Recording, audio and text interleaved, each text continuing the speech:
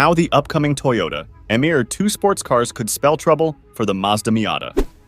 Toyota might be bringing back its little gem, the MR2, sooner rather than later. Let's see how its return could affect the Miata. Mazda's iconic model, the Miata, has a long history of success. Over its 35 years of life, it has received numerous awards, but perhaps the most important of them all is not a physical medal, but a metaphorical one, winning enthusiasts' hearts globally. Whether you like it or not, the little sports convertible is on your radar. However, rumors say there's a strong rival just around the corner. Remember the MR2? It may be making a comeback pretty soon. Toyota's small sports car went down in history as much as Mazda's. Born in 1984, 5 years before the Miata, the MR2 captivated the eyes of many over a handful of years. Pulled from the market in 2007, this car used to be long gone, until sources anticipated a revival of the nameplate. If that were to happen, here's how the return of the MR2 could contend with the Miata for a spot back on the road. It will become a competitor in the compact sports class. The MR2 was never a big car. Quite the opposite, in fact. The renowned 1985 Toyota R2 stood at 155.5 inches of longitude and 65.6 inches of width. Only 48.6 inches tall, Toyota's model rose to fame among those who love the concept of a smaller car over other giant, bulkier models. And for its dimensions, it could very well suit the lightweight sports car segment. A Spider version could directly aim at Mazda.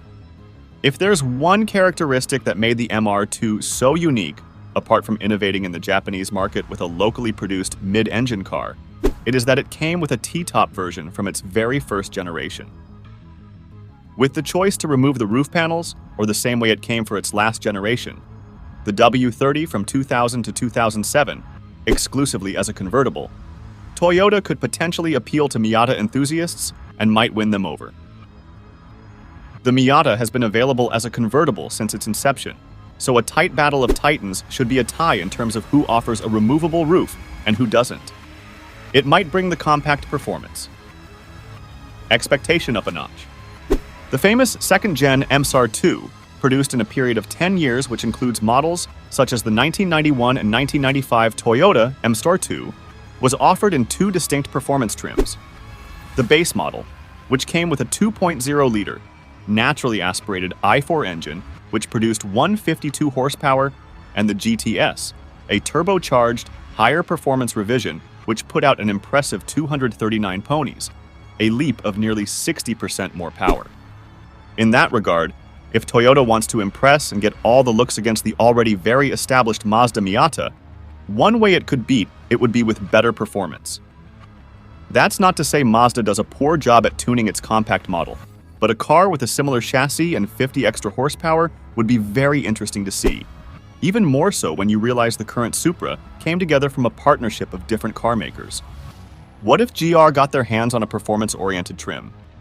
We've got the GR Yaris and the GR Supra, so what stops Gazoo Racing, Toyota's racing division, from giving a possible MR2 a few tweaks here and there to produce a performance monster?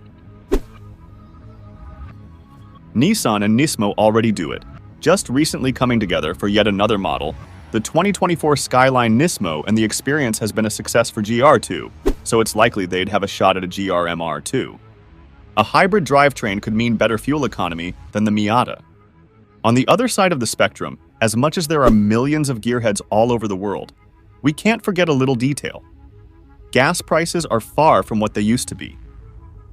While entering yet another economic crisis, the likelihood of users purchasing a car that can't go very far before having another pit stop decreases. It's a reality, and as such, Toyota could ride the fuel economy wave rather than ignore it. For a start, Mazda has been able to put out respectable fuel economy numbers from the Miata, with a combined 30 miles to the gallon, and a tank of almost 12 gallons. A way to beat those numbers effortlessly would be for Toyota to bring its knowledge and expertise on hybrid platforms to its MR2. Last year, the 2022 Yaris Cross earned an award for its jaw-dropping fuel economy of 59 miles to the gallon. So it's not far-fetched to think the team over at Toyota could develop a system that earns the MR2 the trophy on fuel efficiency. A solution to performance and efficiency could be different driving modes. Now, fuel consumption usually behaves inversely proportional to a car's performance.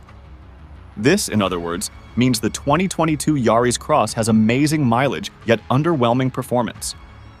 For the MR2 to be exciting to drive, it's a sports car after all. A workaround could come in the form of switchable driving modes. If the MR2 was built in such a way that the user could decide to ride in an eco, sport, or even race mode, different orders and shifting points could be ordered to the engine, allowing for a happier wallet in the city and a happy foot at the racetrack. The return of the MR2 nameplate could take buyers away from Mazda, based on hype. There's, of course, one final way in which Toyota could snipe some customers from the Miata, at least during its first year, by not doing anything. The anticipation of the model coming back to life after iterations, such as the 1995 Toyota MR2, also featured in Need for Speed Carbon, could mean an initial spike in sales for Toyota. If they do things right, the initial number, assuming it was driven solely by expectation, could stay somewhat stable through the following years.